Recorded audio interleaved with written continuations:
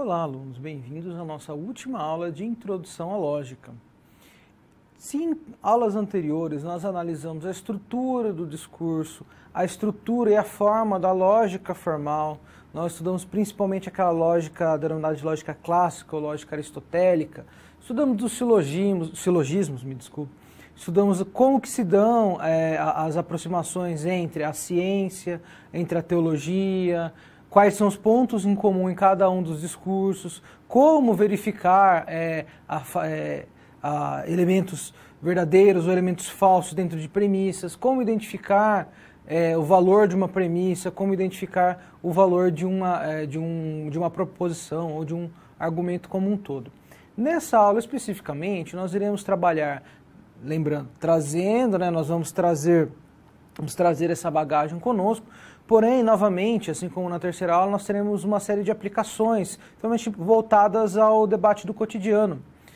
É muito comum, principalmente em ano eleitoral, ou quando há necessidade de persuadir determinado indivíduo a tomar uma posição na qual ele está relutante em tomar, existem certas técnicas que são utilizadas. Essas técnicas, elas são estudadas dentro da lógica, mas também fazem parte do campo da retórica. Lembrando que, principalmente na filosofia tradicional, inspirado pelas artes liberais, do trivium, existe, né, a disciplina da lógica e a disciplina da retórica, que são tão importantes quanto. Porém, quando nós estudamos dentro de um curso de introdução à lógica, a análise da retórica ela se voltará bastante para a questão da persuasão, que será um dos nossos temas principais de nossa aula. Vamos ao quadro? Cujo tema é lógica e linguagem. Por que a retórica ela entra dentro desse tema? Porque a retórica ela se dá utilizando-se da linguagem, ela expressa em palavras, expressa em ações, mas ela também possui uma série de elementos que são associados com a figura do emissor da informação. Então, aqui, o professor sempre aponta, é importante que vocês anotem a unidade de ensino, que trata-se da unidade 4. Grande parte das ideias tratadas em nossa aula, elas também são trabalhadas com maior detalhamento no material de vocês na unidade 4 também. Também é interessante que adotem as palavras-chave, né? Lógica e linguagem, o positivismo lógico, né? Nós estudaremos um pouco a respeito de algumas das ideias positivistas, a relação delas com a teologia. Em suma, nós trabalharemos também rapidamente algumas questões de ordem epistemológica. Como o próprio resumo traz, este conhecimento muito ajudará o profissional da teologia na medida em que você poderá identificar quando que determinado argumento está sendo produzido, por exemplo, cuja finalidade do seu emissor é a persuasão. Aqui nós devemos sempre fazer uma ressalva. Não necessariamente a persuasão é algo negativo, né? A palavra ela possui um campo de significados que muitas vezes está associado à mentira. No entanto, a persuasão não é necessariamente a mentira. Pode conter doses de mentira? Pode, porém a persuasão é quando você deseja persuadir alguém a tomar uma outra posição. Muitas vezes a posição na qual você se encontra. E existem formas de constituir um argumento lógico que pode ser mais eficaz como forma de persuadir esses indivíduos. Vamos ao quadro? Então aqui, rapidamente, a lista de conteúdos de nossa aula. A lógica na linguagem e as formas de persuasão presentes em um discurso. Conhecimento da retórica, e lembrando, né, trata-se de um curso introdutório. Existem N discussões, principalmente aqui, a respeito da lógica na linguagem, nos profissionais da área de letras, né, os profissionais da linguística, eles estudam bastante essa questão da linguagem. Nós nos utilizaremos de algumas teorias já mais consagradas, especificamente na questão da linguagem, nós utilizaremos um pouco do Chomsky, lembrando que um maior detalhamento no material de vocês.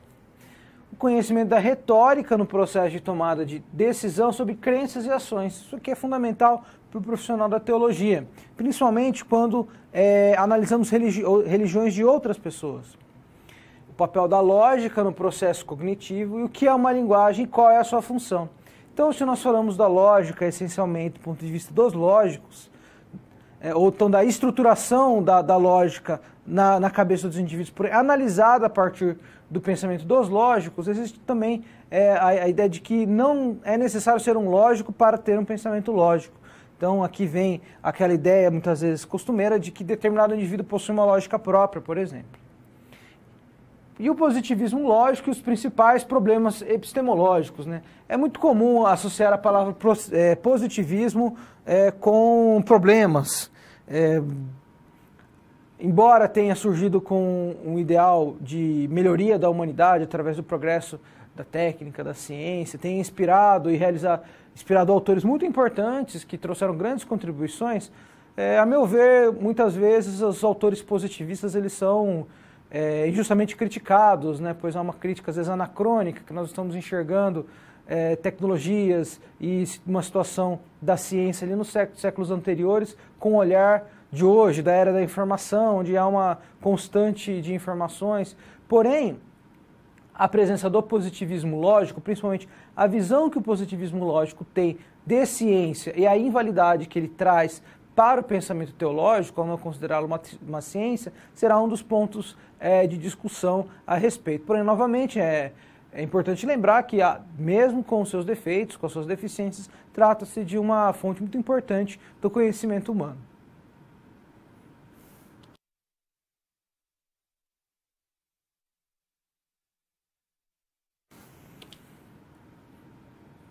Falemos agora da retórica. Mas o que é a retórica? Quando alguém diz que determinado indivíduo possui uma boa retórica, não é muito bom das ideias, mas possui uma ótima retórica, ele consegue convencer plateias a tomarem decisões absurdas.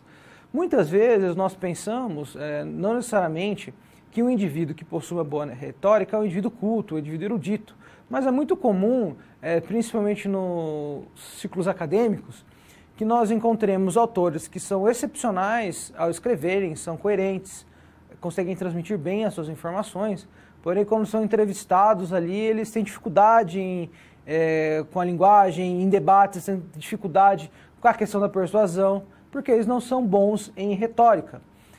A discussão tradicional das artes liberais, o trivium, aquela educação clássica, ela traz a importância da retórica, ou seja, a retórica ela é tão importante quanto outras áreas, no sentido de produzir um indivíduo que ele seria essencialmente um indivíduo culto, um indivíduo erudito. Temos ao quadro? E a retórica ela faz parte deste processo. Mas o que é a retórica, né? Retórica pode ser definida como a faculdade de se observar em cada caso os meios disponíveis de persuasão. Então, ou seja, ao realizar isso, você se utiliza muitas vezes de instrumentos da própria lógica. Não necessariamente algum indivíduo que é bom de retórica, ele leu Aristóteles, ele leu os positivistas lógicos, ele está a par das discussões filosóficas mais atuais. Não, porém, muitas vezes, de forma inconsciente, ele tomou conhecimento dessas teorias, né? Ele se torna naturalmente bom na retórica. Boa parte do discurso ele visa convencer o receptor, né, o ouvinte ou o leitor, acerca da validade de proposições, sem que seja por meio puramente lógico. Aqui entra o quê? O papel das emoções. Essa forma de persuasão é capturada pela análise retórica do discurso.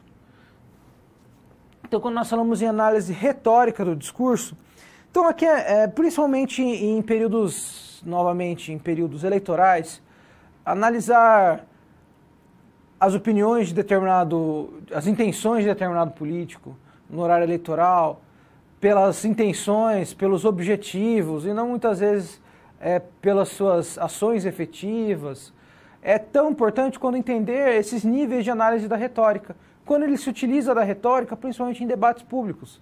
Identificar quais são os pontos de inflexão, muitas vezes auxilia a compreender a realizar essa chamada análise retórica do discurso. Existem 3 formas essenciais dessa persuasão. Temos ao quadro? Aqui, o primeiro, né, depende do caráter pessoal do emissor, chamado ethos. Então aqui é muito simples. Uma coisa é você receber uma crítica no trabalho, por exemplo, de um indivíduo que ele não tem muito conhecimento na área, ele não é um cara que conhece muito bem o que ele está falando. Porém, você receber uma crítica, um elogio de um indivíduo que já está há mais tempo, alguém que consegue articular bem as ideias, que você confia na pessoa, ou que ela transmite essa confiança, transmite essa capacidade, muitas vezes não é a capacidade real que o indivíduo tem, mas porém ele consegue transmitir isso. Então isso faz parte do quê? Isso faz parte do ethos. Numa análise eleitoral é aquela figura, aquela imagem que aquele político ele consegue vender de determinados feitos, determinadas ações e assim por diante. Voltemos ao quadro. E o segundo é a capacidade de colocar a audiência em certa disposição mental. Patos. Então daqui ele se utilizará de gatilhos emocionais, se utilizará de estratégias, muitas vezes estratégias de venda, né? São muito comuns em que o indivíduo ele começa a apresentar uma série de problemas para depois vender uma solução, por exemplo. E a terceira é a prova apresentada pelo próprio discurso, ou logos. Lembrando que não precisa ser verdadeira, né? Porque o objetivo da persuasão é justamente convencer. Então vamos agora a um rápido exemplo, levando em consideração aqui a campanha eleitoral. Lembrando que esse exemplo se encontra no material de introdução à lógica, eu fiz algumas breves adaptações para o formato da teleaula. Então qual seria o ethos da campanha eleitoral? Apresentam-se as virtudes do candidato, sua experiência política, sua formação e as características que tentem mostrar que o candidato está apto para o cargo desejado. Então, aqui nós já estamos praticamente esgotados de tantas informações desse tipo. Então, o candidato tal, ele é o doutor, o médico, que ele é formado numa universidade de prestígio, e aí geralmente faz uma apresentação dele, abraçando algumas pessoas, atendendo alguns pacientes, mesmo que ele seja o pior médico do mundo, mas de certa maneira isso vai criar o quê? Isso vai criar uma imagem, algumas pessoas podem chamar de uma persona, né, que esse indivíduo ele vai assumir. Então esse seria o ethos. Voltemos ao quadro. Depois o pathos, né, são apresentados cenários com pessoas sorridentes, crianças, canções que estimulem as emoções. Então aqui as emoções são fundamentais para entender o pathos. Também são apresentadas situações ruins, tristes e problemas os quais se deseja atribuir ao mau exercício dos concorrentes ou de seus partidos aliados. Aqui esses são alguns teóricos que eles apontam que, principalmente em anos eleitorais, se joga com dois tipos, né? O medo e a esperança, né? Então, no pathos, por exemplo, se o candidato da oposição ganhar, vocês vão passar fome, vai sumir a comida aqui das prateleiras de vocês. Então, ou seja, é o medo, ele vende o medo. Aí o candidato ele se reelege, ou seja, ele consegue se eleger, se utilizando dessa campanha mais do medo. Na campanha de reeleição, ele se utiliza do símbolo da esperança, muitas vezes, né? Não, teremos tempos melhores, né? E ao mesmo tempo ele pode utilizar da estratégia do medo. Tempos melhores, porém, se o candidato ali da oposição ganhar, pô, vai voltar, né? Vai ser muito ruim. Então, as candidaturas elas jogam sempre com esses sentimentos de medo e de esperança, são muito comuns, né, nas campanhas eleitorais. Voltemos ao quadro. E aqui o logos. Oferecem-se dados, estatísticas, resultados de pesquisa, aquela coisa de o cara vai consultando aqueles institutos de pesquisa que dão a maior margem de vitória para ele. Experimentos que evidenciem que a intenção de votos é maior para o candidato. Todo mundo quer ficar do lado do cara que está ganhando, bem como são expostas as propostas e promessas de suas campanhas. Então, em uma campanha, né, agora, principalmente em anos eleitorais, vocês vão ver que é muito fácil identificar ethos, logos e o pathos, e daí realizar essa análise do discurso. E essa análise do discurso ela pode ser decomposta utilizando-se dos instrumentos de análise da lógica.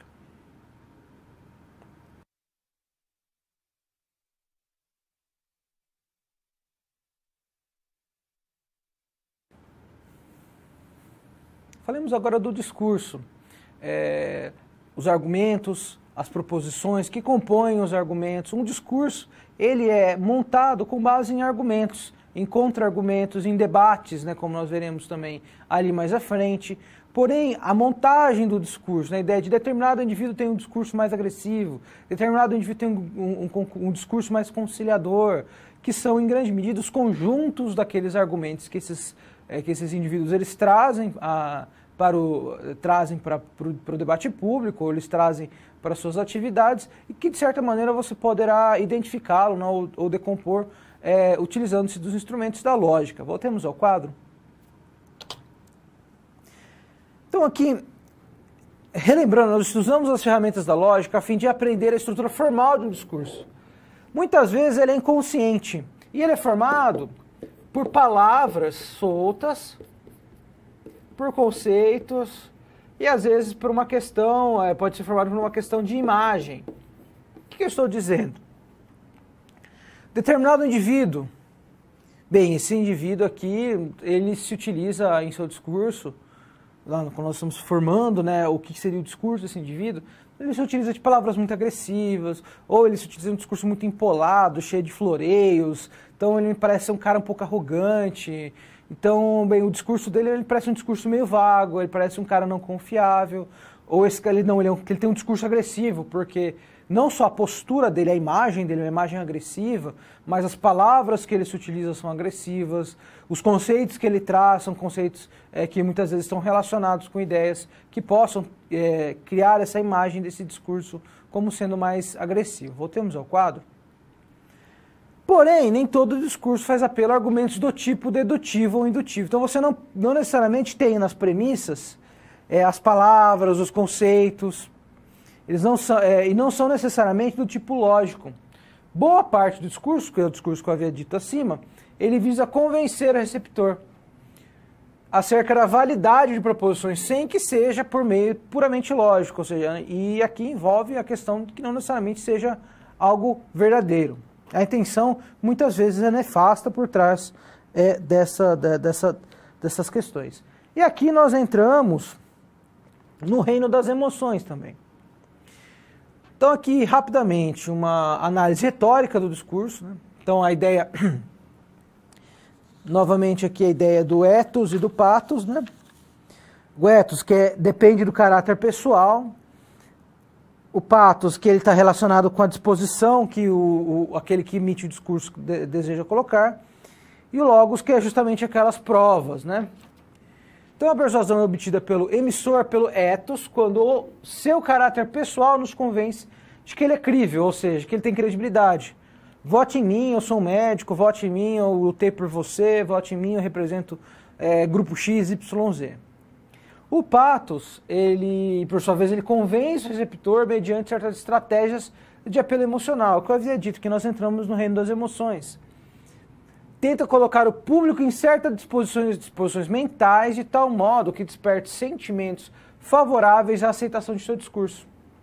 Isso aqui é muito comum, principalmente quando os indivíduos se utilizam de técnicas retóricas para convencerem seus opositores, para convencerem aqueles que votariam em seus opositores, por exemplo, a votarem nele. Sem formas diferentes que eles podem se utilizar para explorar determinadas posições. Isso é muito comum no debate acadêmico também. Quando se utilizam de certas palavras, que são palavras gatilho, que estão associados a sentimentos ruins. Olha, eu represento um grupo X, se você não concordar com as minhas posições, você está associado com aquele grupo Y. Então, você coloca o indivíduo numa disposição que ele não se sente constrangido. E muitas vezes ele, mesmo que de forma cínica ou de forma real, ele acaba adotando a posição que você deseja. Explorar muitas vezes os medos, a insegurança, o sentimento de compaixão das pessoas. Então, vem muitas vezes de sentimentos que são positivos, mas que eles podem ser utilizados dentro dessas ferramentas retóricas. Voltemos ao quadro.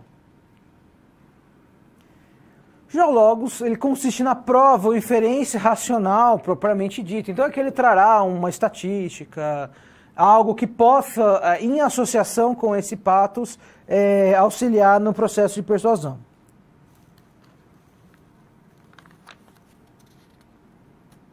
E aqui lembrando que não necessariamente ele tem a ver com a realidade. Aqui, por que é importante essa análise da retórica? É importante porque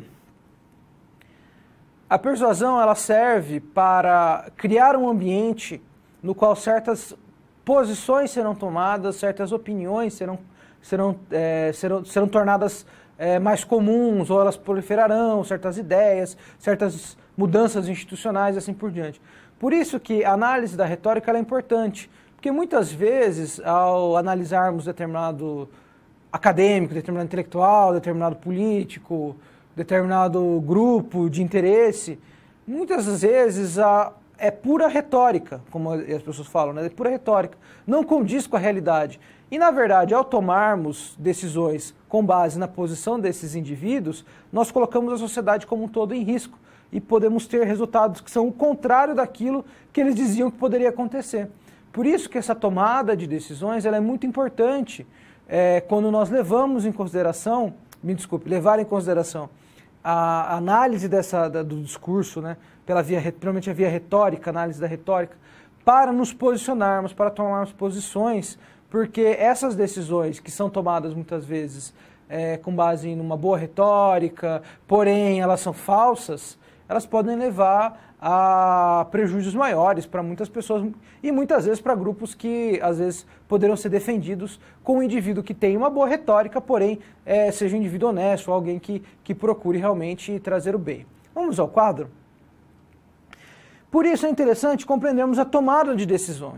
Se a análise da retórica ela auxilia na tomada de decisão, nós devemos entender que dentro da estrutura mental existem duas formas de tomada de decisão.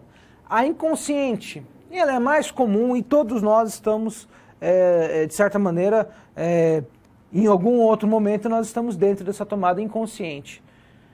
Que ela está mais ligada àquele sentimento, né, aquela coisa do sentir que determinada coisa está errada, determinada coisa está certa.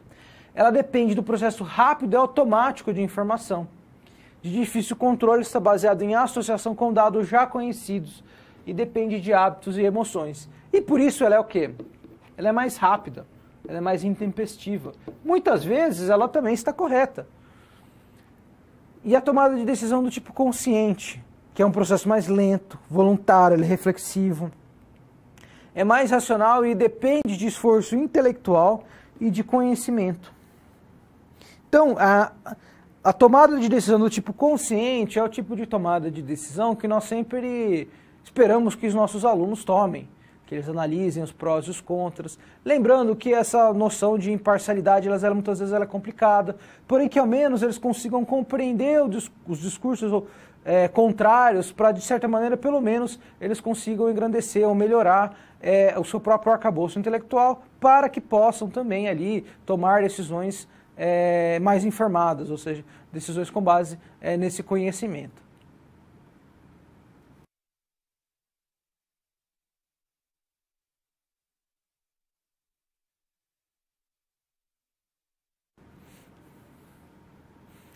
Ao procurar material para o desenvolvimento das aulas, por exemplo, eu me encontrei muitas vezes com análises retóricas, da lógica de debates políticos, debates acadêmicos principalmente, poderosíssimos debates dentro da teologia entre indivíduos de tradições diferentes, se utilizando dos instrumentos da lógica para a persuasão. Porém, o que é interessante é que o debate ele não possui regras explícitas. Essas regras elas vão sendo definidas às vezes por convenção, ou então a própria noção do surgimento do debate pode surgir desde uma mesa de bar até um auditório lotado, pode envolver milhões de pessoas, pode envolver aparelhos televisivos, pode ser realizado de forma informal, em ruas, etc. Porém, o que importa é que o debate, essencialmente, ele é triangular, em que você tem dois ou mais indivíduos que eles procuram convencer uma plateia, ou eles procuram convencer um terceiro grupo. Então, a importância do debate, a importância de compreensão do debate, das regras do debate, é uma das áreas de atuação em que os lógicos mais dedicam tempo. Temos ao quadro? Então, aqui...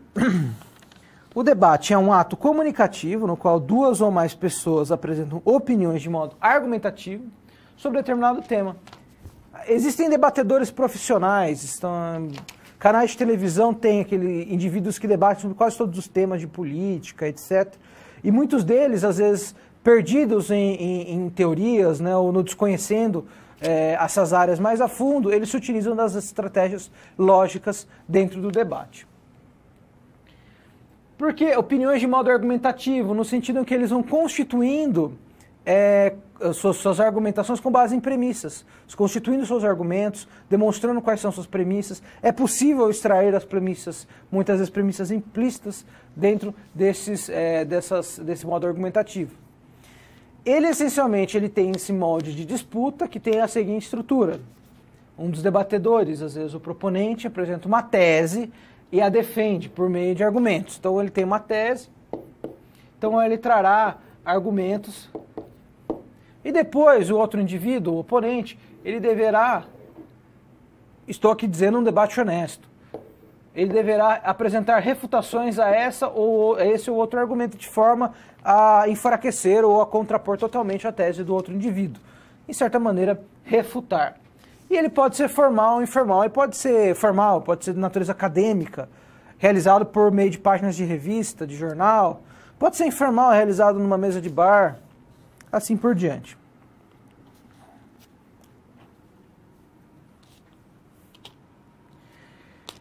Existem tipos de debate, né? Então, esse debate formal, ele tem um formato rígido, com regras e temas pré-estabelecidos. Um moderador, muitas vezes, você vai ter um outro indivíduo que ele vai estabelecer regras e tempo. É interessante observar que até em debates mais acalorados entre colegas em mesa de bar, às vezes quase sempre aparece uma figura oculta que realiza a função de moderador. Porém, trata-se de um debate formal.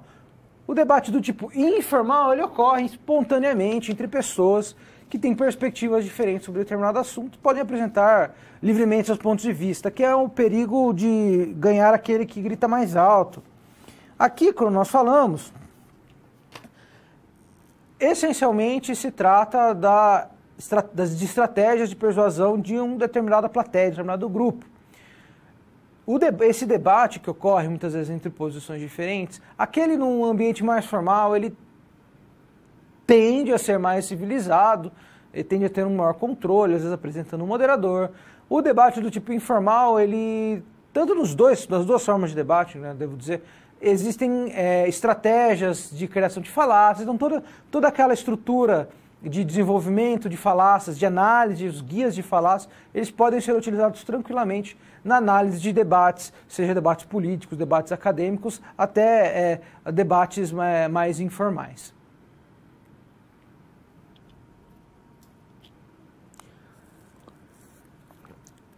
Aqui, por exemplo, eu trouxe um exemplo de um concurso, por exemplo, né? Os famosos concursos de debate, né? Então aqui nós temos uma fórmula simples de debate que é utilizada em muitos debates públicos e debates políticos, em que você tem, em início, o proponente formulando a sua tese, apresentando seus argumentos, aí o moderador vai passar a palavra ao oponente, o oponente ele responde cada ponto levantado o proponente, respondeu cada ponto levantado pelo seu oponente.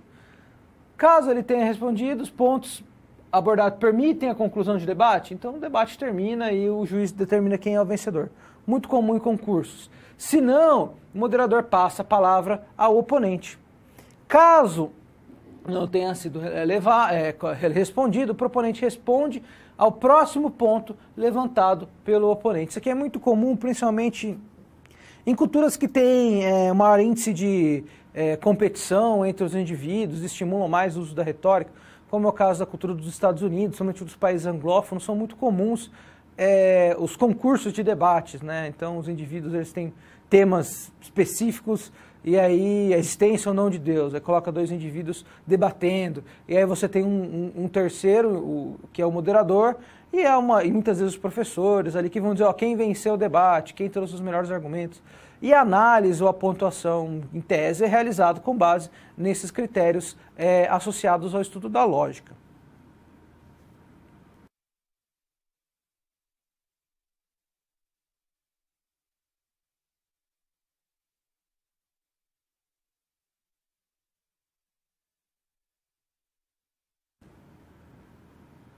Vamos agora à nossa situação-problema.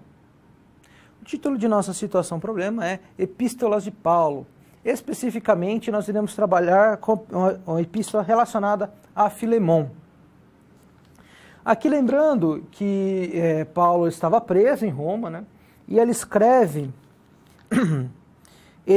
a Filemon, porque enquanto Paulo esteve preso, ele batizou um ex-escravo de Filemon que havia fugido e era acusado de ser um indivíduo preguiçoso, ladrão, que ele fugiu de Filemon, que era um cristão rico que se encontrava em Colossos, e Paulo escreve a Filemon pedindo que o perdoe. Trata-se de uma das cartas mais importantes, no sentido de que ela vai trazer a noção do valor à vida humana, que o cristianismo ele considera tão importante, no sentido de que Onésimo, que seria o escravo fugidio, que havia fugido de Filemon, ele é instigado a ser tratado, Filemon é instigado a tratá-lo como ser humano. Porém, assim como grande parte do discurso contido nas Escrituras, ele possui uma estrutura lógica, e essa estrutura lógica ela pode ser deduzida a partir de um tabelamento. Vamos ao quadro? Então aqui, essencialmente, Paulo tentará convencer Filemon a libertar Onésimo e a perdoá-lo. Então, para levar, né, em nossa situação problema geral, você é parte de um líder de uma comunidade cristã, e vocês efetuam um pequeno estudo bíblico. E nesse estudo você efetua a leitura e discussão das epístolas de Paulo, aqui especificamente aquela associada a Filemon.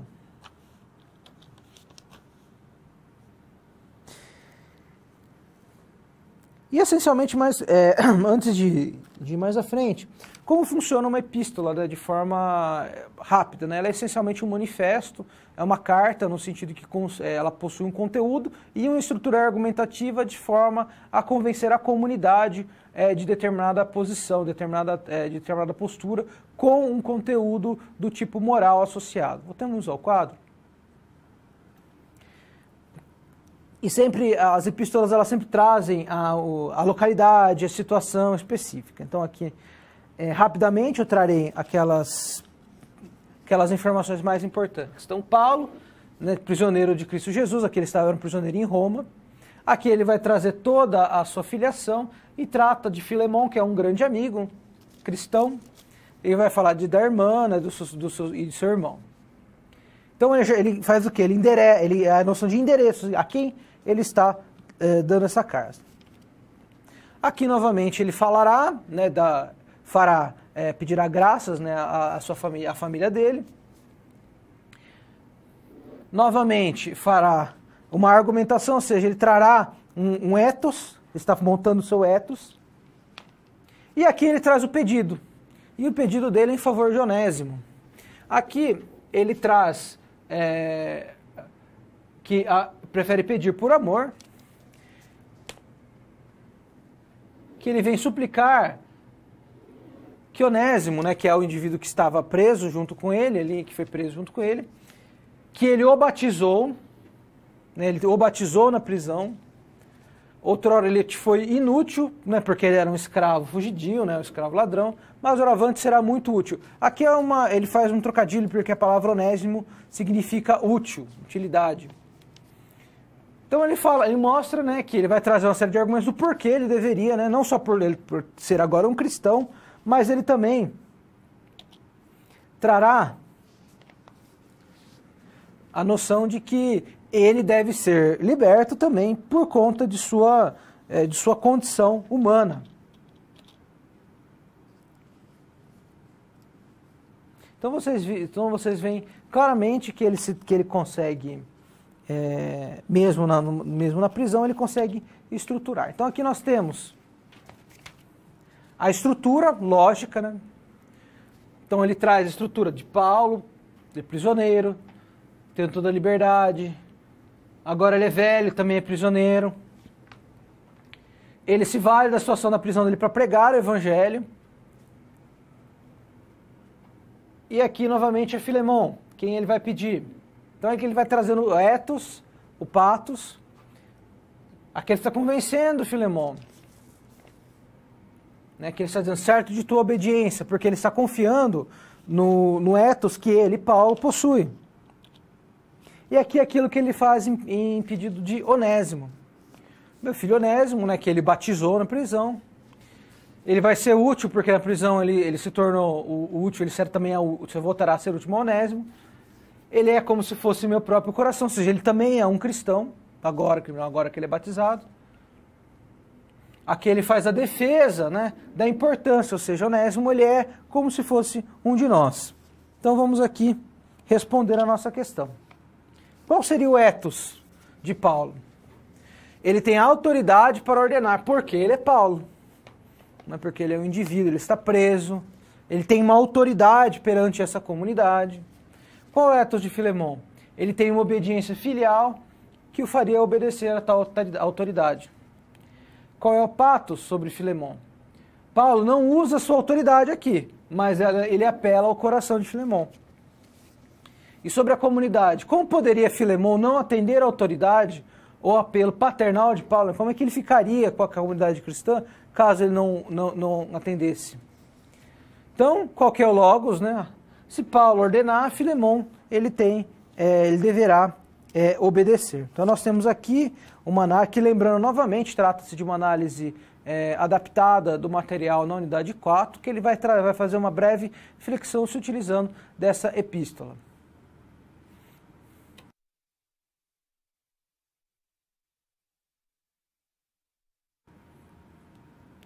Vamos agora a um breve momento de interação. Aguardo a contribuição de vocês pelo chat e até breve.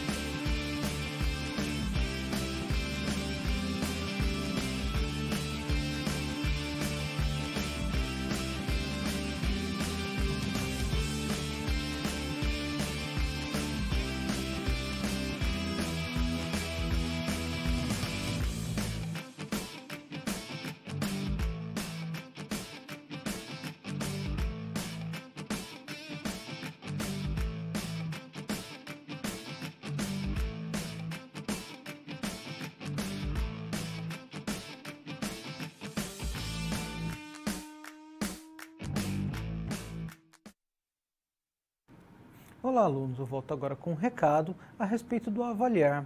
O avaliar ele é um instrumento essencial para a melhoria, né, dos nossos mecanismos de avaliação interna. É importante para sentirmos a temperatura a respeito dos avanços realizados pela instituição. É também uma forma de você avaliar o seu curso, colocar algumas possíveis melhorias, dentre outros aspectos. Então, é muito importante que vocês respondam ao avaliar. Vamos agora a um quadro onde a gente vai ver exatamente mais alguns detalhes a respeito dele. Trata-se de uma aplicação de questionários de avaliação institucional, que vocês podem responder até 7 de novembro. Né? Ele não demora muito tempo e ele é muito importante na medida que grande parte das opiniões que vêm aqui dentro desses questionários, a grande parte dessas opiniões, elas são incorporadas nos projetos posteriores de melhoria do AVA, de melhoria também da própria instituição como um todo. Então aqui, vocês têm a imagem, né, do AVA de vocês, basta vocês clicarem nesse banner que vocês terão acesso ao avaliar. Vamos agora dar continuidade à nossa aula?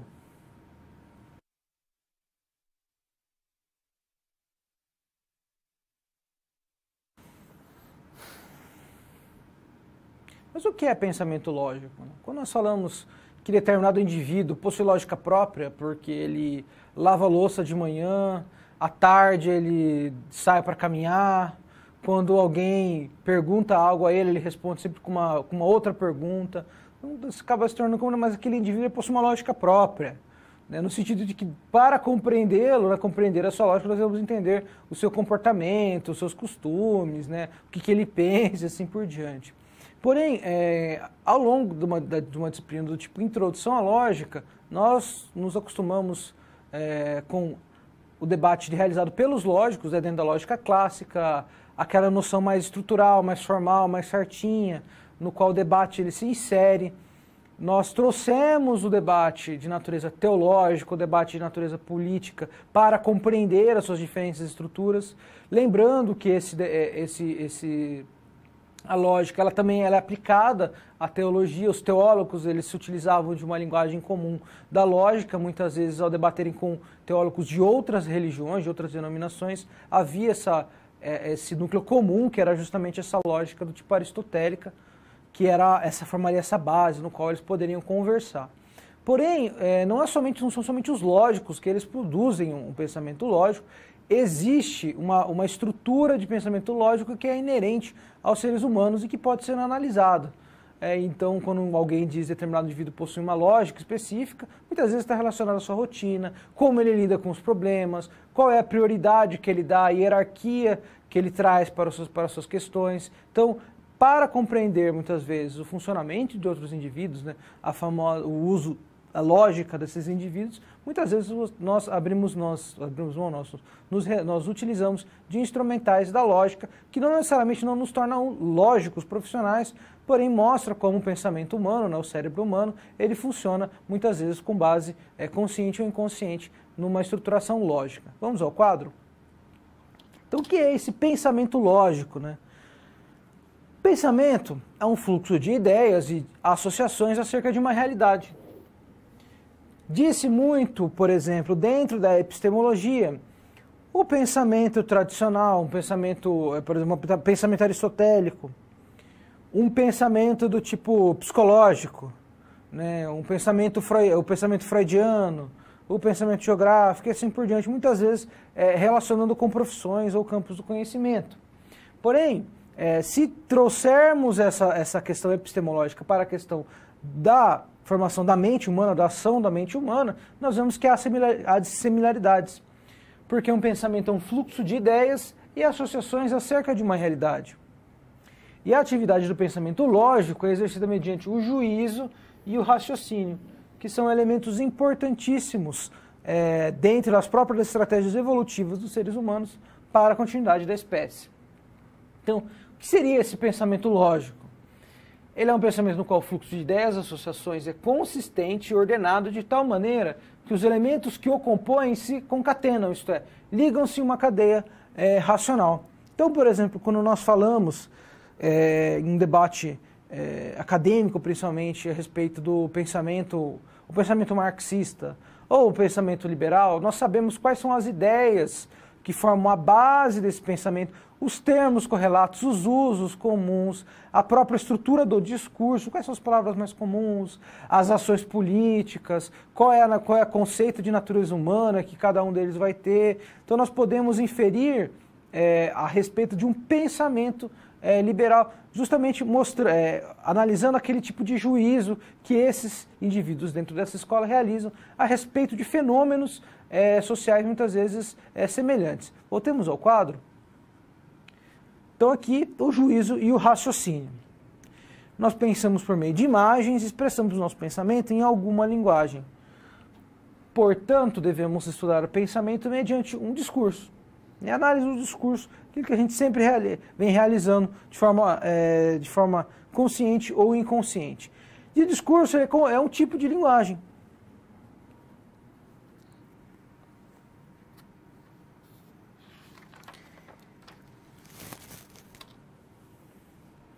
Então, para isso, nós vamos voltar um pouco, por muitos séculos na formação intelectual de um indivíduo se dava mediante o chamado estudo das artes liberais. Aqui nós estamos falando essencialmente das sociedades ocidentais, do qual Trivium é um dos representantes máximos. Nesse sistema, a lógica estuda os seres humanos como são conhecidos, a gramática estuda os seres tais como são simbolizados, e a retórica estuda os seres como são comunicados. Então vocês veem que já dentro do Trivium a lógica, a retórica, a gramática, elas são essenciais. A lógica é a arte que guia a razão de forma ordenada na busca da verdade. Então aqui é muito comum, principalmente quando nós pensamos, ou a própria palavra lógica, ou quando utilizamos a lógica como um conceito no nosso cotidiano, há-se a ideia de uma concatenação de fatores, de ideias, de termos, que de certa maneira vão levar a uma determinada conclusão. E daí nós temos a chamada lógica espontânea, que é o pensamento racional de um ser humano, que é guiado por certos princípios inatos. Então muitas vezes são aquela noção que nós temos do indivíduo, que ele tem a lógica própria. A maneira como ele entende os fenômenos, a maneira como ele realiza o seu juízo e raciocina, que vai determinar justamente essa formação, sua lógica, a sua lógica instantânea. Voltemos ao quadro. Espontânea, me desculpem. O pensamento e a lógica são indissociáveis, pois os pensamentos se expressam assim ou são mediante uma linguagem. Daí a importância dada, principalmente àqueles que estão preocupados que se preocupam com noções como liberdade de expressão, ou então com noções como a própria comunicação, a preservação de um idioma, a preocupação tão grande que esses indivíduos eles possuem da preservação da língua, do bom cuidado da língua, de não se modificar, às vezes, os significados de forma arbitrária. Por isso que essa linguagem é muito importante, porque essa linguagem ela está associada da maneira como se constroem os raciocínios e como se realizam os juízos. Se determinada palavra, determinado conceito, tem significados que são incoerentes ou que às vezes são contraditórios, você pode levar à dificuldade da realização de raciocínios e de juízos, dificultando de forma geral a própria comunicação entre os seres humanos. Temos ao quadro.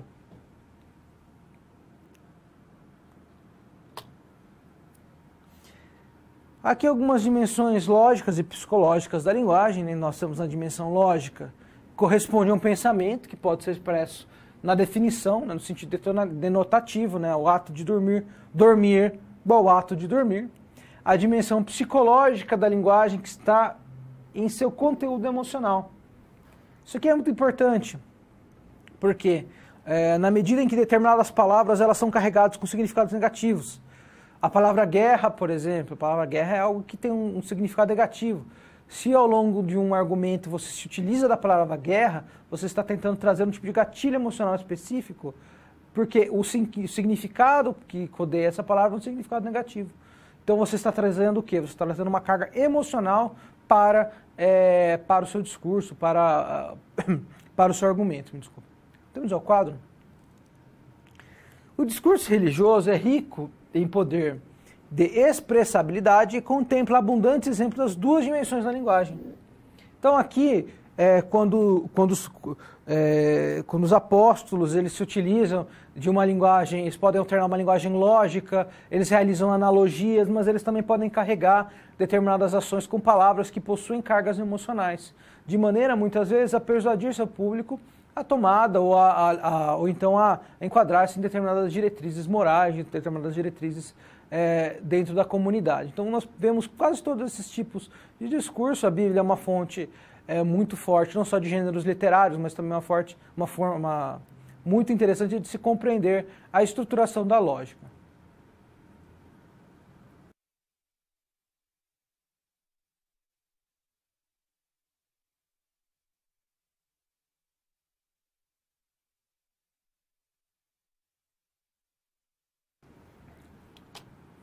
Falemos agora da estrutura da linguagem, que, lembrando, como se trata de um curso de introdução à lógica, existe dentro um debate muito forte, principalmente na área de ciências humanas, com uma participação muito forte da linguística, acerca de como que as palavras são geradas, a respeito da natureza da própria linguística.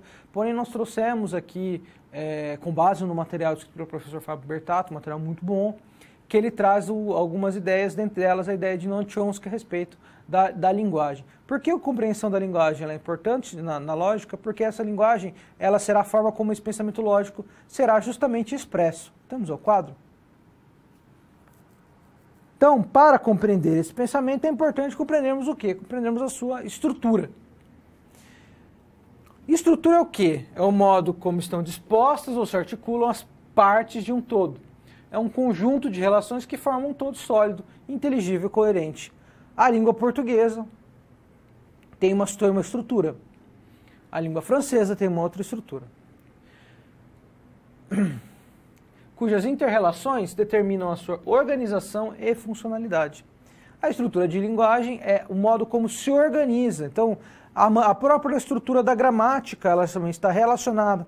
Como funcionam os verbos, os advérbios, como que se flexionam determinadas palavras, como que se entende o conteúdo geral dentro de uma argumentação, como que se formam os argumentos, tudo isso ele é influenciado pela estrutura da linguagem.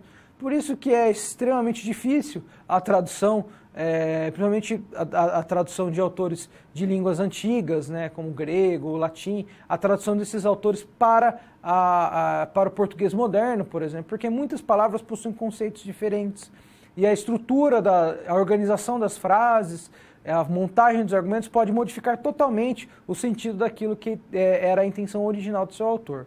Voltemos ao quadro. E o discurso religioso é um tipo especial de linguagem, possui estruturas utilizadas para expressar as verdades da religião baseadas em gêneros literários pegados, né? Narrativo, legislativo, sapiencial, profético ou os cânticos, né? Então a Bíblia ela possui todos esses conjuntos. Então o discurso religioso ele é entendido, ele pode ser entendido como uma linguagem também porque ele possui o quê? Ele possui uma estrutura, ele possui um conjunto de relações.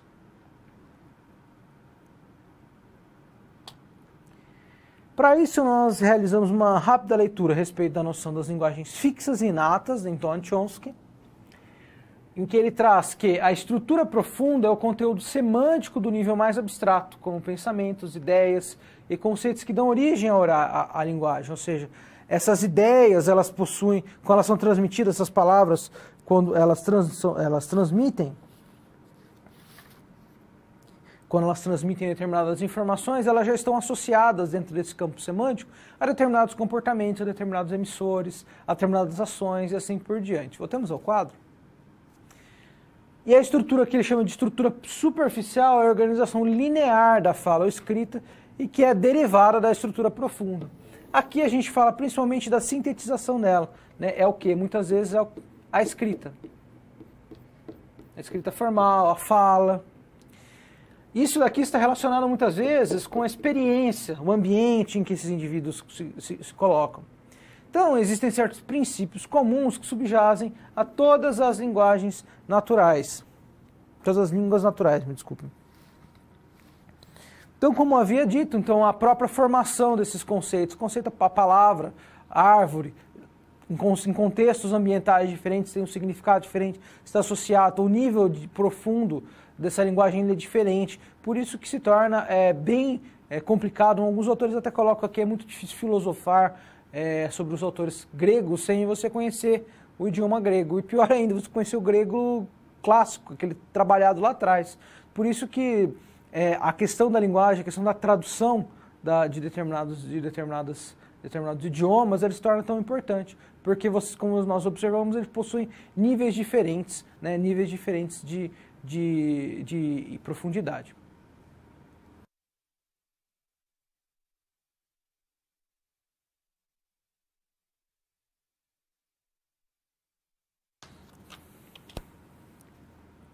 Falemos agora do positivismo lógico, né? Esse nome positivismo, ele volta muitas vezes à tona quando um determinado indivíduo em um debate ele deseja desqualificar o seu opositor e fala, você está sendo muito positivista. Alguém traz uma tabela com alguns dados, você está sendo muito positivista. Mas a ideia, muitas vezes, são por trás desse positivismo, a influência kantiana, de que existiam certas leis gerais que poderiam reger os fenômenos sociais, e ao compreender essas leis gerais, nós podemos modificar determinados comportamentos e trazer certas benesses. Embora essas teorias sejam, as bases das teorias são muitas vezes desacreditadas, esses autores foram muito importantes e trouxeram grandes contribuições. Porém, eles possuem muitas vezes uma visão não muito positiva da ideia da própria teologia como uma ciência. E eles tinham uma posição bem interessante a respeito da própria linguagem. Voltemos ao quadro. Dentro da filosofia analítica, ela nasce a partir da virada linguística, quando começa a interpretar, a trazer o significado das palavras, assim por diante. Que ela vai dar o quê? Ela vai dar uma importância maior à lógica e à filosofia da linguagem em investigações filosóficas. Ao se investigar determinado fenômeno filosófico, se investiga as origens das palavras, o significado, a noção da linguagem, etc, etc. Uma linguagem lógica é dada por um conjunto de símbolos que representam constantes, termos, predicados e funções, bem como regras de formação de sentenças. Uma linguagem lógica é dada por conjunto de símbolos, ou seja, então o que significa? São símbolos que podem constituir uma linguagem ou não.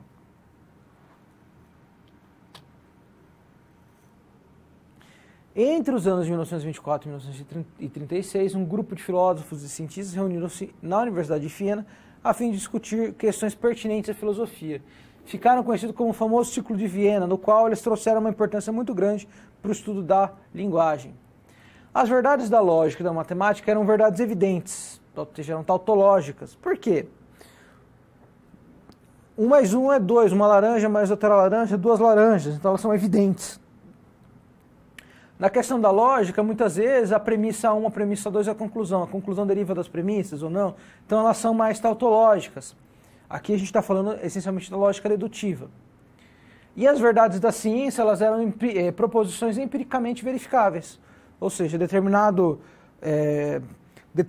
animal, ele possui 4 patas e uma cauda diminuta, porque em seu processo evolutivo, dadas as condições, ele se desenvolveu dessa forma. Você consegue empiricamente verificar isso? Você consegue. Algum outro cientista pode descobrir uma outra explicação, essa outra explicação ela vai ser submetida a critérios e você pode chegar a uma conclusão diferente, por exemplo. Porém, elas são verificáveis, são empiricamente verificáveis. Você consegue testar, se reunindo uma quantidade enorme de répteis viventes e cada um deles tem essas características assim, e assim por diante. Voltemos ao quadro. Que daí vem o famoso princípio de verificação, né? Eles vão considerar o quê? Que uma proposição ela é significativa se somente se for empiricamente verificável ou tautológica, ou seja, se ela for de natureza sintética ou de natureza analítica. Então o que acontece? Esses caras eles descartaram todas as proposições metafísicas, éticas, estéticas ou religiosas. Para eles não podem nem ser verdadeiras nem falsas, porque você não consegue verificar se elas existem ou não.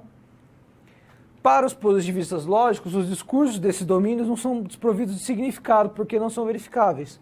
Então, ou seja, para os positivistas lógicos, determinados discursos de natureza metafísica, eles não faziam sentido nenhum, porque você não os conseguia verificar.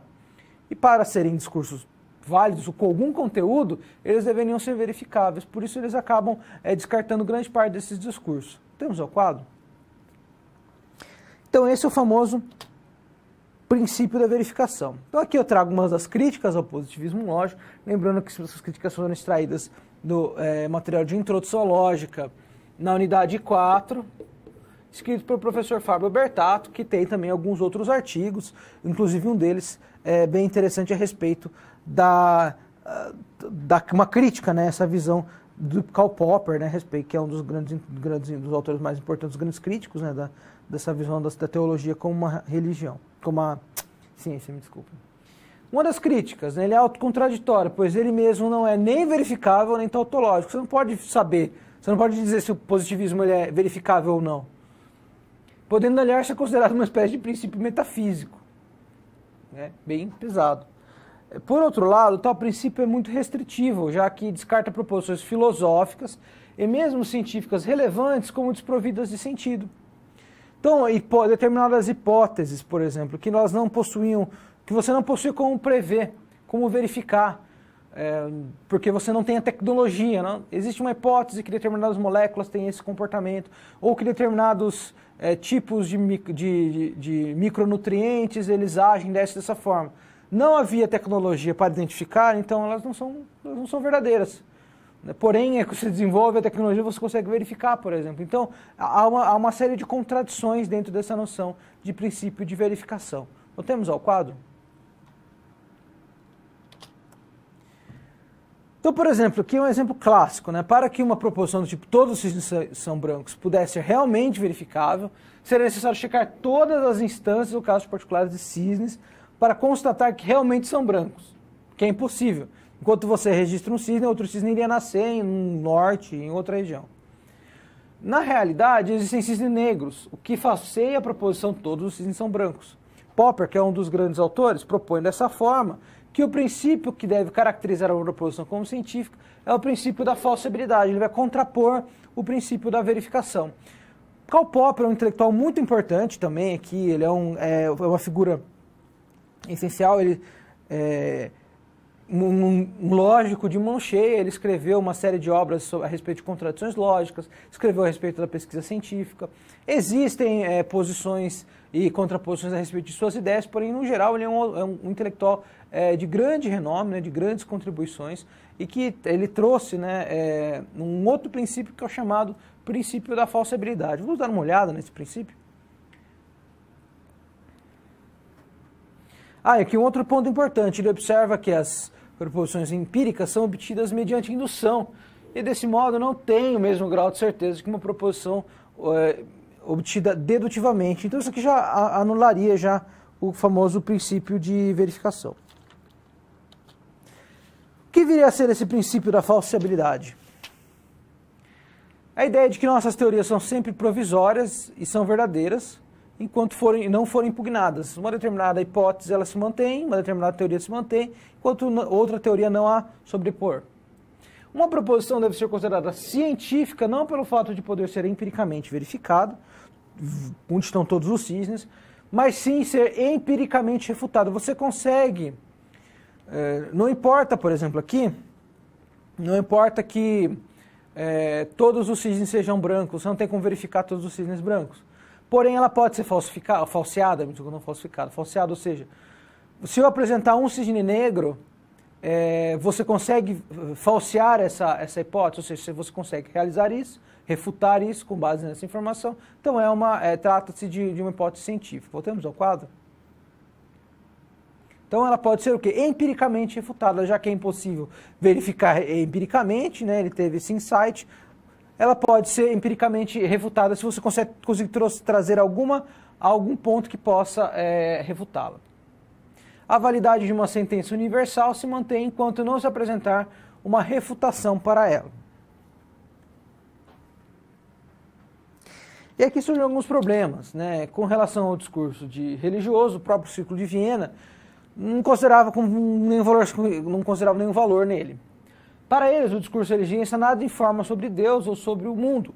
Seria apenas uma expressão de sentimentos, tais como medo, esperança e outros. Seja pelo princípio de verificação, seja pelo princípio de falsibilidade, o discurso religioso enfrentou na primeira metade grandes críticas com relação ao seu valor informativo. Então, ou seja, não teria valor como um só, porque para eles seria apenas essas expressões. Porém, aí tem alguns pontos, né? Novamente, aqui o professor Fábio Bertato traz essa grande contribuição no material de vocês. Não é verdade que as proposições religiosas sejam não falseáveis. Por exemplo, ele traz um exemplo. A proposição Deus ama os seres humanos é, em sua perspectiva, falseável. Por quê? O problema do mal isto é, a existência de sofrimento e de situações más, depõe contra ela, ainda que não de forma decisiva. Então, como nós já discutimos, como a gente vem discutindo anteriormente, desse modo é possível apresentar tentativas de falsear algumas proposições religiosas, o que faz com que sejam falseáveis e, portanto, são significativas. Ou seja, a partir do momento que você consegue falsear determinadas afirmações, falsear determinadas posições, então você já pode trabalhar, sim, com esse discurso, né, com esse conhecimento religioso, como um conhecimento que possua um valor informativo.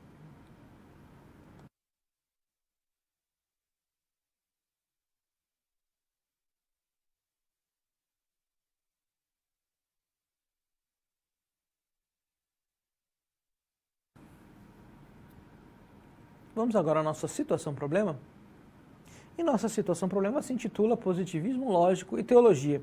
Aqui na esteira daquilo que a gente está discutindo, vamos à nossa situação geradora.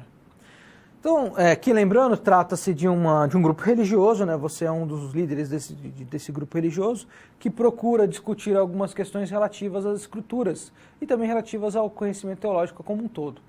E ali você realiza atendimentos por jovens, né? E muitas vezes jovens para a comunidade em geral, a respeito de dúvidas que possam surgir a respeito da própria doutrina religiosa.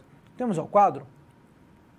Em um desses atendimentos, né, você discute com o jovem a respeito de algumas teses que têm suas origens no positivismo lógico, segundo a qual existem apenas dois tipos de conhecimento. São verdades autoevidentes, como a matemática, e aquelas que são verificáveis por meio da experiência. No entanto, o jovem encontra a seguinte conclusão positivista. Como as afirmações sobre Deus não são nem verdades autoevidentes nem verificáveis pela experiência, então são consideradas como sentenças sem sentido, desprovidas de significado. Então, como é que nós poderíamos resolver essa situação-problema? Aqui lembrando, né, que os positivistas eles possuíam essa visão a respeito da religião na medida em que nem o princípio de verificabilidade e nem o princípio de falsibilidade, que seria trazido por Karl Popper, embora Karl Popper ele não era um positivista, às vezes ele é considerado de forma injusta como um neopositivista, mas ele era um pensador que se inseria em outras tradições, na própria tradição liberal ele se inseria também. Porém, é um epistemólogo muito importante. No entanto, tanto Popper, com o seu princípio da falsibilidade, quanto os positivistas lógicos ali do Círculo de Viena, tinha uma visão bem negativa da noção da própria teologia como tendo um valor informativo e das próprias escrituras como tendo algum valor no sentido de expressão da própria realidade. Voltemos ao quadro. Então, como que nós poderíamos resolver essa situação-problema? De uma forma lógica. Sobre a questão, se alguém aceita os princípios dos positivistas lógicos, é ateu ou é agnóstico, é necessário recordar que lembra, né, ele vai trazer justamente essa posição. Um teísta afirma que Deus existe, um ateu afirma que Deus não existe, um agnóstico afirma que desconhece se Deus existe ou não. Então são as posições.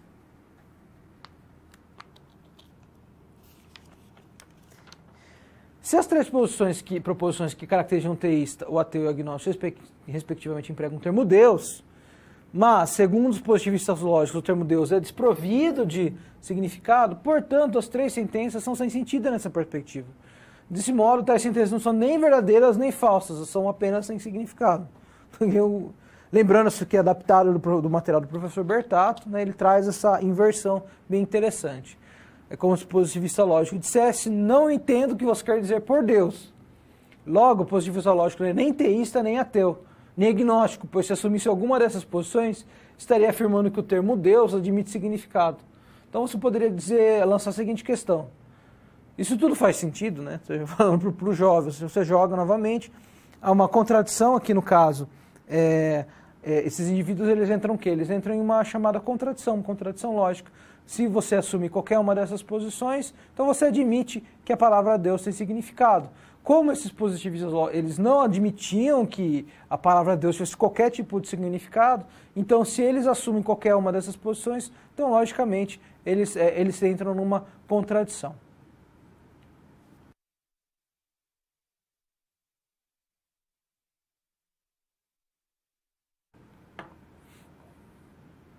Vamos abrir agora para um rápido momento de interação. Aguardo a contribuição de vocês pelo chat e até breve.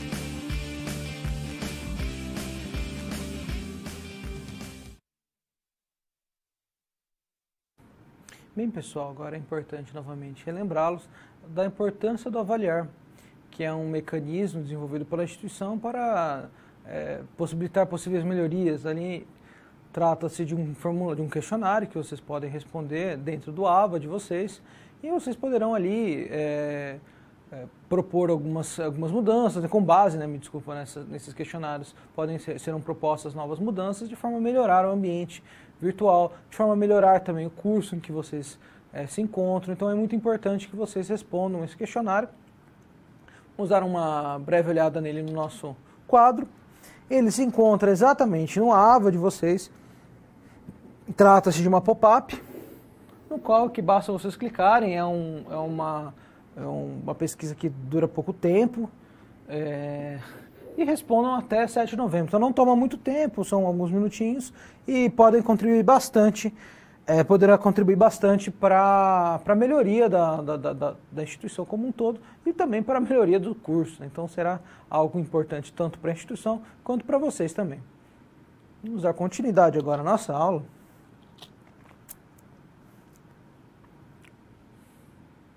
Vamos agora recapitulando. Então, Então nós falamos de alguns temas importantes em nossa aula, né? Então nós começamos trazendo a questão do discurso, do debate, a estrutura formal do discurso. Nós abordamos diferentes formas, o ethos, o pathos, o ethos, o pathos e o logos. Utilizamos, né, de alguns exemplos no cenário eleitoral, no cenário acadêmico, formas de identificar a retórica, né, que foi um outro tema importante de discussão em nossa aula, lembrando sempre que se tratam de temas que possuem um maior aprofundamento, principalmente em áreas específicas, como a filosofia, a área de linguística, né, a área de letras, né, no Brasil tem as suas próprias discussões, né? Porém, num curso de introdução à lógica, nós conseguimos ali trazer aquelas ideias principais que podem contribuir para a compreensão, para a realização da chamada análise do discurso.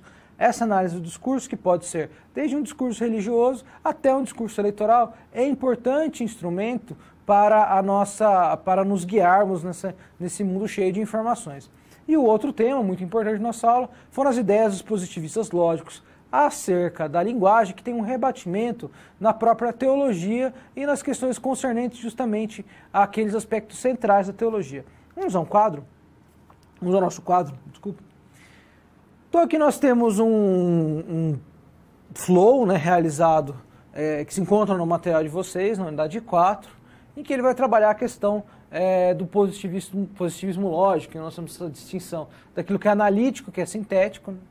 Algumas influências, né, no qual aqui a gente vai ter o princípio da verificação e a resposta do princípio de verificação, que é o princípio da falsibilidade, né? Popper vai identificar essa fraqueza no sentido da dificuldade de se verificar se todos os cisnes são brancos. Então, ao invés de verificar se todos os cisnes são brancos, então é possível achar um cisne negro? É possível trazer uma informação empiricamente falseável?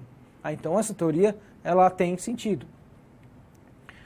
Então, aqui nós temos...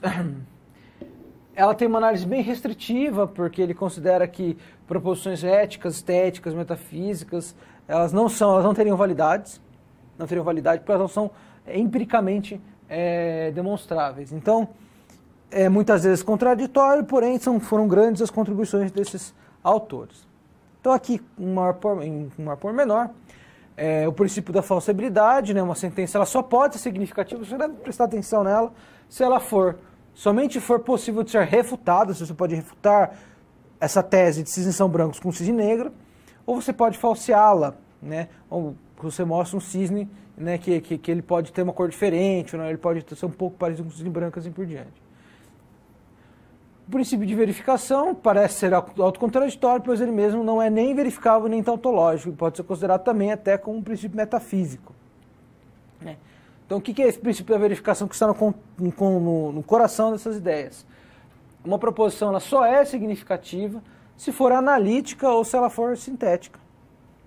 Esse princípio é muito restritivo, então já que diversas proposições filosóficas, às vezes até científicas, elas podem ser desprovidas de qualquer sentido, porém, dentro de um processo de investigação, elas podem ser muito importantes.